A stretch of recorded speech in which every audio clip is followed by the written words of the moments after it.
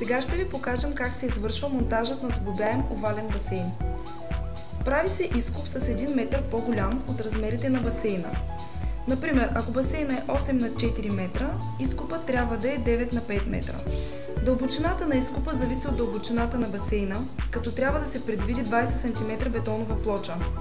Също така преценете колко ще се показва басейна над повърхността. Добре е да са 10-15 см. Така басейнът ще се замърсява по-малко и ще се откроява по-добре. След което се поставя арматура, залага се сифона и се полагат тръби за сифона. После се отлива бетонова плоча с дебелина 20 см.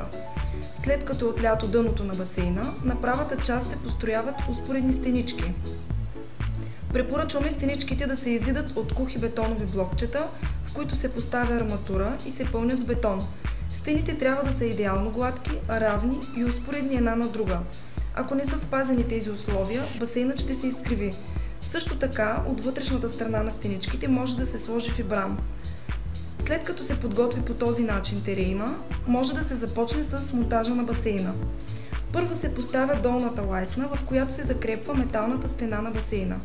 След това се започва с разпъването на металната стена, която се пъха в специално направен отвор в долната лайсна. След като се монтира стената на басейна, се изрязват отворите за скимер, дюзи, прожектори и се постила геотекстилна подложка, която защитава фолиото от бетона и запазва еластичността му. Сега може да се постави и горния профил, за който се захваща ПВЦ фолиото или линерът, както още го наричат. Различават се два вида захващане на фолиото. При първия тип профилът защипва фолиото, а при втория тип фолиото се захваща от страни на профила. Предимството на втория тип е, че когато стане време за смяна на фолиото, няма нужда да махате горния профил, за да смените фолиото. Също така, ако басейна е с бордов камък, няма нужда да го къртите, както се налага, когато басейна е с първият тип профил. Фолиото пристига предварително скорено според формата на басейна. То се захваща за горния профил, след което басейнът се напълва с 10 см вода и се започва с изпъването на фолиото по дъното.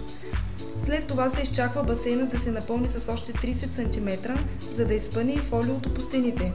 Сега се монтират скимер, дюзи, прожектори. Сега е моментът да се монтира пясъчната филтърна система и да се свърже към басейна. След като е монтиран басейна, трябва възможно най-бързо да се напълни с вода.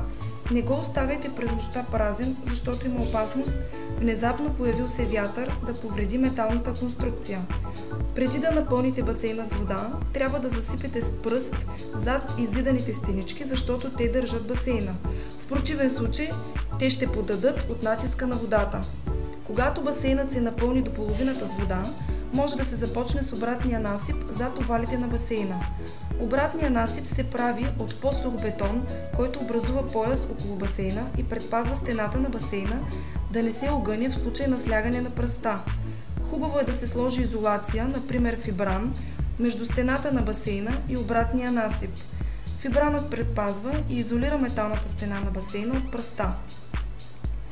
Когато се прави обратен насип, е важно да се знае, че нивото на водата в басейна трябва да е винаги с 20-30 см по-високо от нивото на обратния насип. В противен случай ще се изкриви и повреди металната стена на басейна. След като е направен обратния насип, монтажът на басейна е завършен.